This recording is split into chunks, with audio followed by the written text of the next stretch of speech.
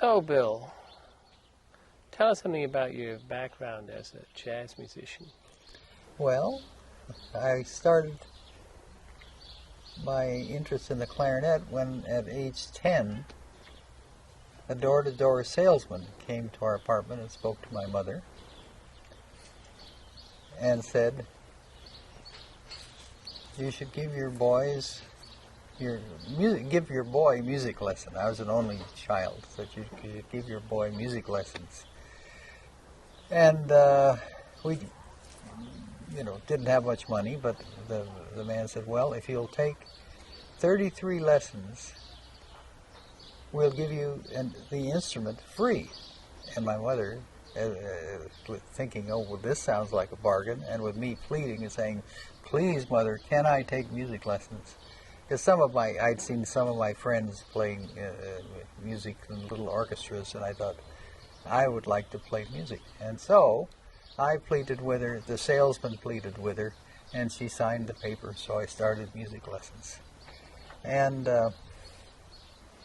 I went down to meet the teacher who was going to teach me clarinet. We had to wait a while for the instruments to come in, but I had said I would like to play clarinet because I wanted to be like Benny Goodman and play. He at that time was like the Beatles were for later generations. He was the king of swing and the king of pop music. He was, what we knew as the most popular music. And although I didn't think of it in those terms, it was also very good jazz. So I went down to talk to the man, and he said, "Let me see your hand." And I showed him my hand, and he said, "Ah, you have the perfect hands for the tuba. You should play tuba." I said, No, I don't want to play tuba. I want to play clarinet." And it turned out, he needed a tuba in his marching band. He taught all of the instruments.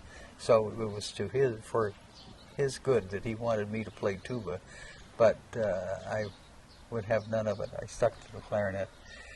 And he was a good teacher, was an inspiring teacher, because there was a class of several clarinetists. There were 7 or 8 young kids, 10-year-olds, 12-year-olds. And I was pleased because it was something I loved, and I could excel at it from the very first. I loved it from just putting cork grease on the cork when they taught us how to do that, how to put the reed on. I just loved the clarinet, and since it's something I could do well and like to practice, was glad to practice every day. My mother never had to tell me, "You must go practice now, Billy."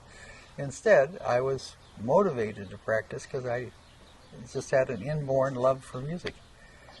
So, through this teacher, I gained experience playing first in his marching band, and then in his orchestra, and then in chamber music. And finally, at age 13, in 1939, there was a World's Fair in San Francisco. And we went there with our band to play at the World's Fair. And on that same day, later in the afternoon, Benny Goodman was playing, and I was blown away. It was like the gates of paradise had opened, and I saw my future, and that was me. I wanted to be Benny Goodman. So, that just, reinforced the desires I already had, and it wasn't helped by my first meeting with Benny Goodman when I went backstage after the concert and waited patiently for Mr. Goodman to come out. Finally, Benny Goodman came out, and I said, "Mr. Goodman, may I have your autograph?" And he said, "No, kid, don't bother me. Can't you see I'm busy?" And walked off, and was very rude and unpleasant. But I didn't care. I always loved Benny Goodman. He was your idol. And he taught me everything. That was my inspiration to go on the road as a jazz musician, which I did immediately after high school. I went on the road with a dance orchestra to play in ballrooms around America. But he also introduced me to classical music, to Mozart through his recording of the Mozart Clarinet Quintet with the Budapest String Quartet. It was a very beautiful recording, and I thought, wow. You know, I knew only jazz, but when I heard Mozart, I'm like, God, there's a whole world there. And then I heard him play the Debussy Premier Rhapsody for clarinet and orchestra, and this also opened up. I thought, my God, Debussy, he's wonderful. And and then I heard Benny Goodman play my first modern music composition, which was by Bela Bartok, his contrasts for violin, clarinet, and piano. And I was really impressed with that too. And so he introduced me to classical music both old, traditional, and modern classical music.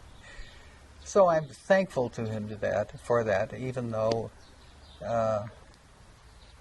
he never was very nice to me. In fact, the second time I met Benny Goodman was in Nice.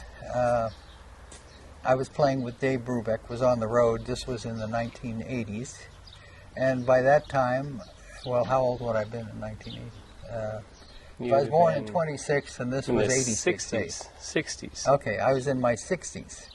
So I told Brubeck, I said, you know, if you're in an airport or something and talking to Benny Goodman, I would really like to meet him. Would you introduce me to him? And he said, well, Bill, you wouldn't like to meet him because he'll treat you worse now than he did when you were 10. And I said, well, I don't care. I'd still like to meet him anyway. So I went over. He was talking to Benny Goodman in the Nice airport. And I walked over, and Benny Goodman looked at me, and Dave said, Benny, this is Bill Smith. He said, oh, yeah, I've heard about you. And I said, well, Mr. Goodman, I just wanted to say that all my life I have emulated you. And he said, yeah, I can see that. You look terrible. So he was worse to me when I was 60 than when I was 10. But he was still an idol. He was still my idol. And, well, yeah, by then, when I was 20, I went to Mills College and studied composition with Darius Milhaud. And actually, he became my mentor and my main idol. I wanted to be a composer like Darius Milhaud, to teach in the university and have my music played by orchestras and string quartets and so forth.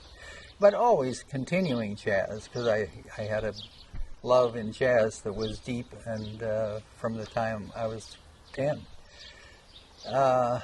So at the same time I started studying with Darius Milhaud, one of my classmates was Dave Brubeck. And so Dave and I got together and played. I liked his playing, and he liked my playing, and we got a couple of other guys from the class joined us, a sax player, trumpet player who were excellent, Dick Collins and Dave Van Crete.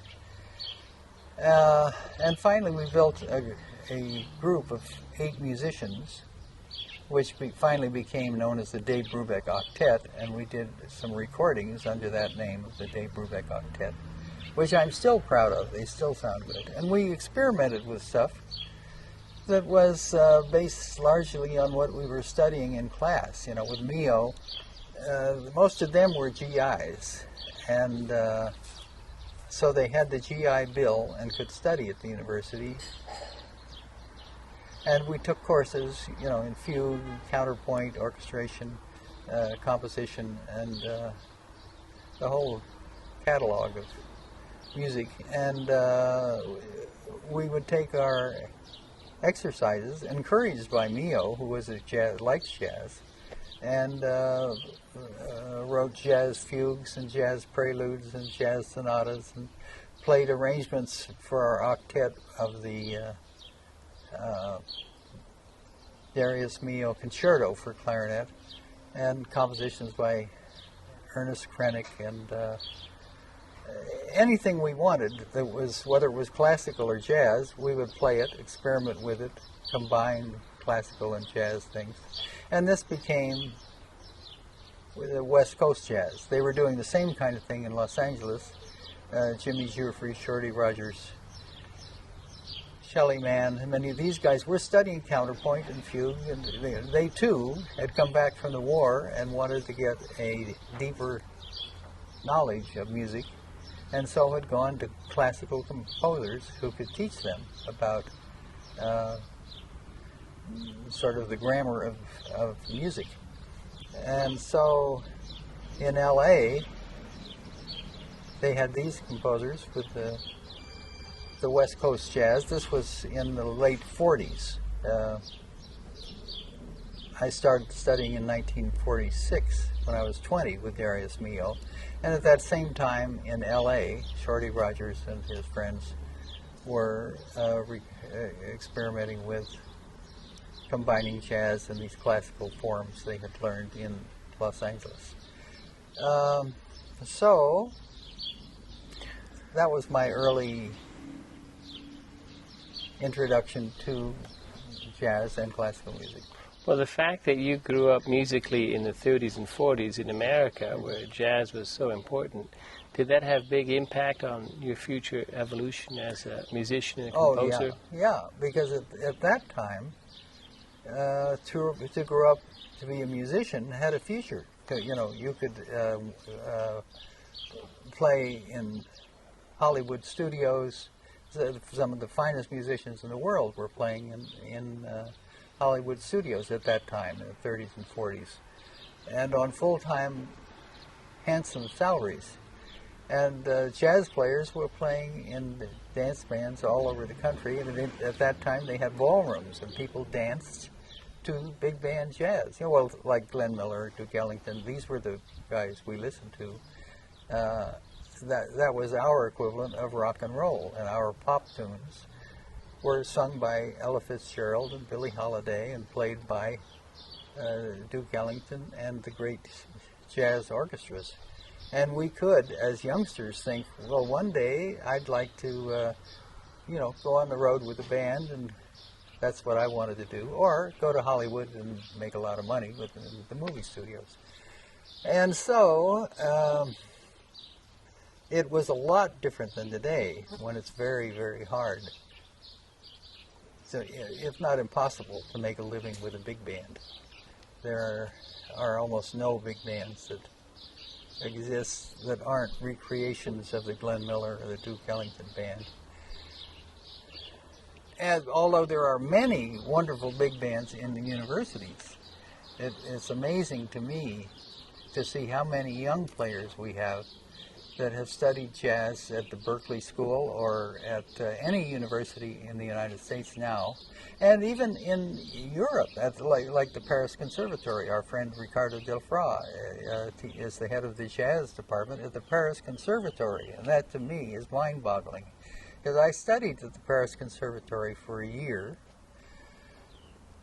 in 1952, because I had a Prix de Paris at that time, which enabled me, which was a prize for California composers. And when I got my master's degree from the University of California in 1940, well, in the early 50s, around 1950, I applied for the Paris Prize, which took me to Paris for 2 years. I got $2,000 a year to feed the family, which at that time was you, your French years, and I think gave you a love of French ever since that time. And our oldest son, Mark. So you both were babies when we first went to Paris, and to take care of you and to take care of ourselves and pay tuition and to pay our own transportation, we were given $2,000 a year, which is nothing. I mean, it was enough for a bohemian lifestyle. Oh, very bohemian, yeah. So fortunately, at that time in Paris, For students, it was very inexpensive. I could go to concerts, for nothing. 10 cents, I could go to the opera. Or, it was student prices. They were used to students not having money, and we fit that bill perfectly. So anyway, they were good days, good years in Paris, and that's when you entered my life. You didn't yet play flute, but you could cry real good. Jazz is, of course, a very dynamic art form. Mm-hmm. Would you consider any particular period to be the golden age of jazz? And what's happened to jazz since, if there was a golden age? Well, I think New Orleans, before they closed Storyville, was perhaps, I only know that from reading books and hearing recordings, but in New Orleans, the U.S. government closed Storyville in New Orleans in the second decade of the 20th century, and at that time,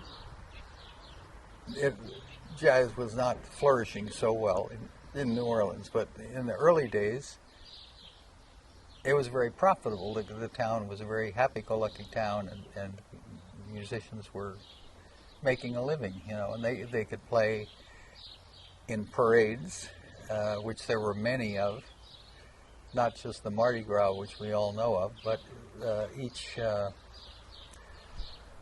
I can't think at the moment what you call it, the people would belong to a burial society is what it amounted to. I forget the name of it.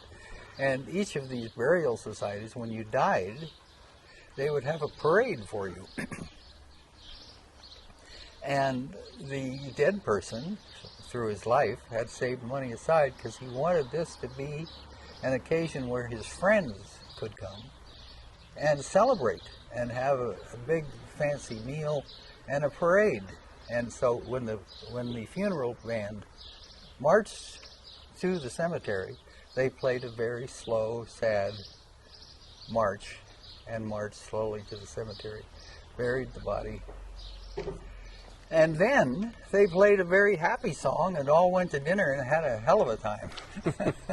So that meant there was work for the musicians to play. Yeah. If you play for funerals, you make a lot of money. Everybody People always die. So anyway, in my mind, the early New Orleans days were golden age, and my youth when big bands were playing. When I was a kid, you could go to a movie theater and listen to. I heard but most of the big bands of the 30s and 40s, I heard in movie theaters because as a young person, too young to go to bars, you had to be either 18 or 21, depending on the city. And I heard, Benny Goodman for the first time at the World's Fair. I heard Artie Shaw at the Paramount movie theater, and it was just, earth-shakingly beautiful. I can still, the hair at the back of my head, my neck stands up when I think of the red and gold curtains slowly opening at the movie theater.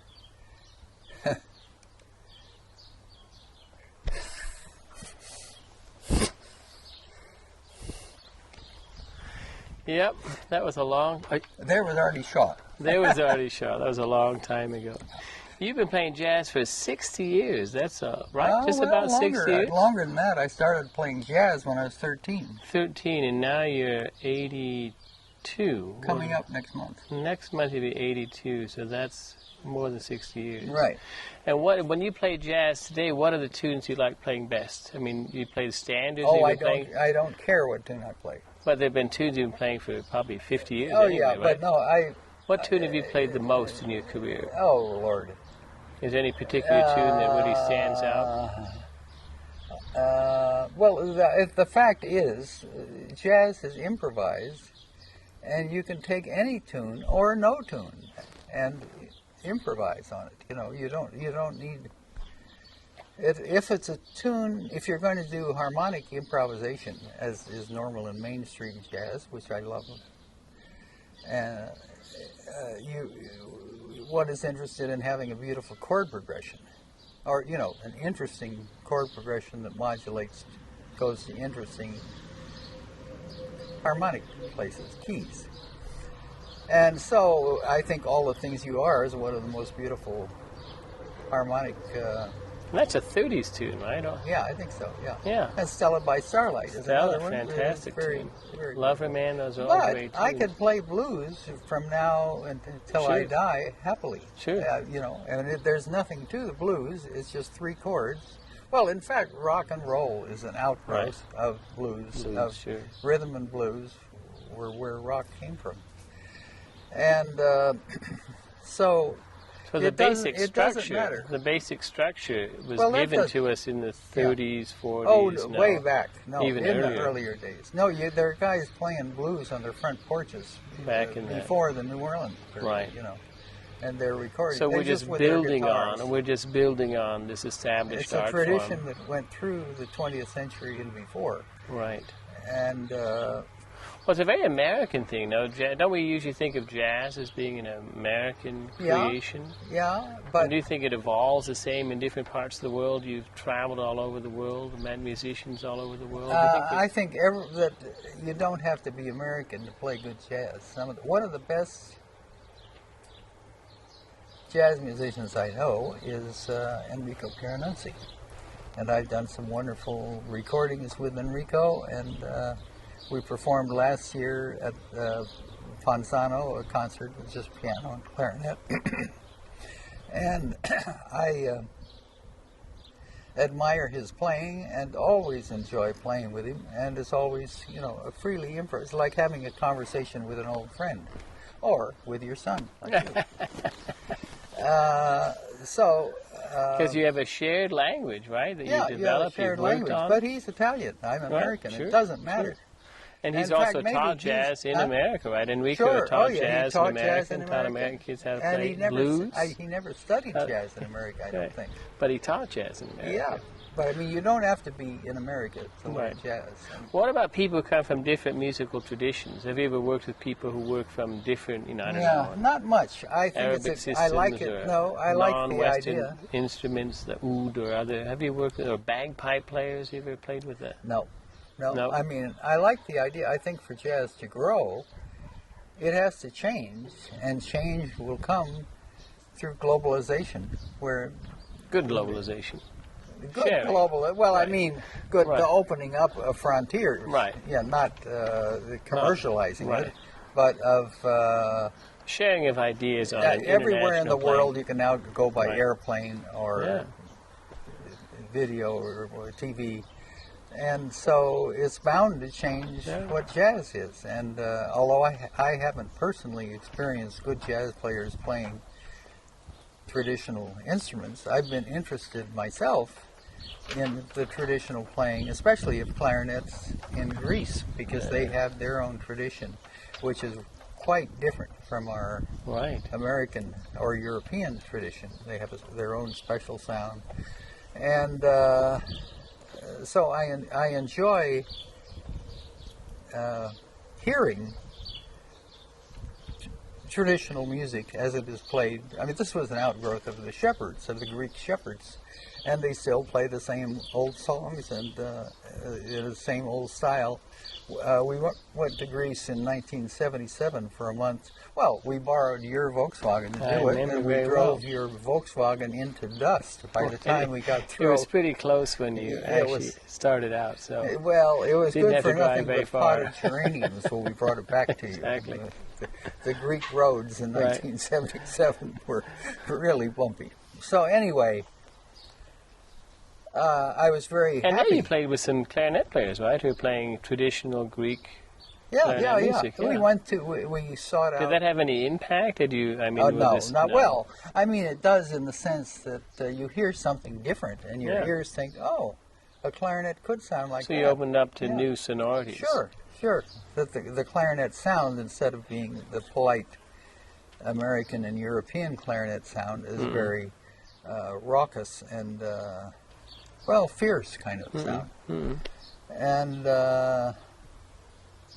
it can't help but influence one. And open up the mind, no? Help Sure. Oh, stimulate yeah. new Oh, ideas sure. I think about how anything that music... opens you up Right. to new cultures and new people is great. And it may not have an immediate impact, or you may not even realize that you're absorbing something that has influenced your music, but it does. You can't help it. You know, when you meet somebody new, especially if they represent a different culture, it has an impact on you. Well, you've played all over the world. Have you had any particularly difficult publics or particularly good publics? Because if you play for an American public, they're part of the tradition, right? And so they understand good jazz, and they can appreciate good jazz. Well, I'll tell you, Have you playing for last night? Last night when we played here, Here in Luco de Marci. in Luca de Marci, the audience were not jazz cognoscenti that had heard a lot of jazz, I don't think. I think they were just local people, right? Yeah, yeah. But they came and wanted to hear jazz. Were curious, I suppose. And we played a very long concert. It went, I think about 2.5 hours. And they sat patiently, quietly, sympathetic to what was going on. I mean, you know, they applauded warmly after our solos and seemed truly appreciative of our jazz playing, and yet they knew nothing about it. I think that's great. I think it's that jazz can be something that goes directly to the other person. Speaks to the person, and right. you don't need to know what their You don't need a lecture. You don't need a lecture before. You don't have to read up about it before, Right. and It's just an art form. Yeah, and it speaks directly from heart to heart. Yeah. And I think it's very rewarding. I like that. Yeah. I appreciated the fact that last night we had very good musicians here. Excellent piano, drums, bass. I had the good fortune of my very own son to play with me, and a lovely singer, Rosanna. And it was a beautiful evening. So, an audience, when I play, actually, I'm not thinking, oh boy, this is Carnegie Hall, won't this be good? You know, for 10 or so years, I played full-time with Brubeck and his quartet on the road, playing every week in different towns. And we pretty much played for each other. You know, I was playing for our drummer and for our bass player, and I wasn't thinking of the audiences and whether we were playing in a very elegant opera house for jazz buffs who really knew what was going on, or whether we were playing for people who had no jazz background in a simple little bar. It was all, we still played the same.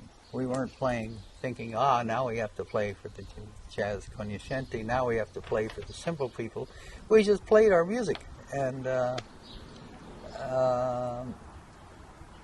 it's rewarding when the people are able to get something out of what you're feeling, just what you're playing, just from their feelings.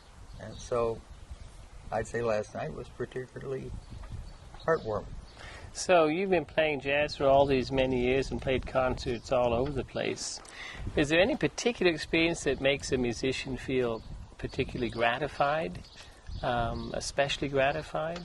I mean, what is it that makes it, what really gives a musician a sense of pride and satisfaction? Well, I think last night here at the Luca di Marci, it's just having the public who can... That the people can respond to what you're doing without being educated, built up to know the history of jazz and what jazz structure is. Instead, they're just going with their heart, listening to your heart, and that is especially rewarding. And I'd say that's. I was just thinking, I played a couple times at the White House, and that should be. Oh, and I played for Gorbachev in Moscow for a dinner party with Reagan, and you know, one would think, well, maybe that was the most rewarding, but it wasn't. You know, it's not.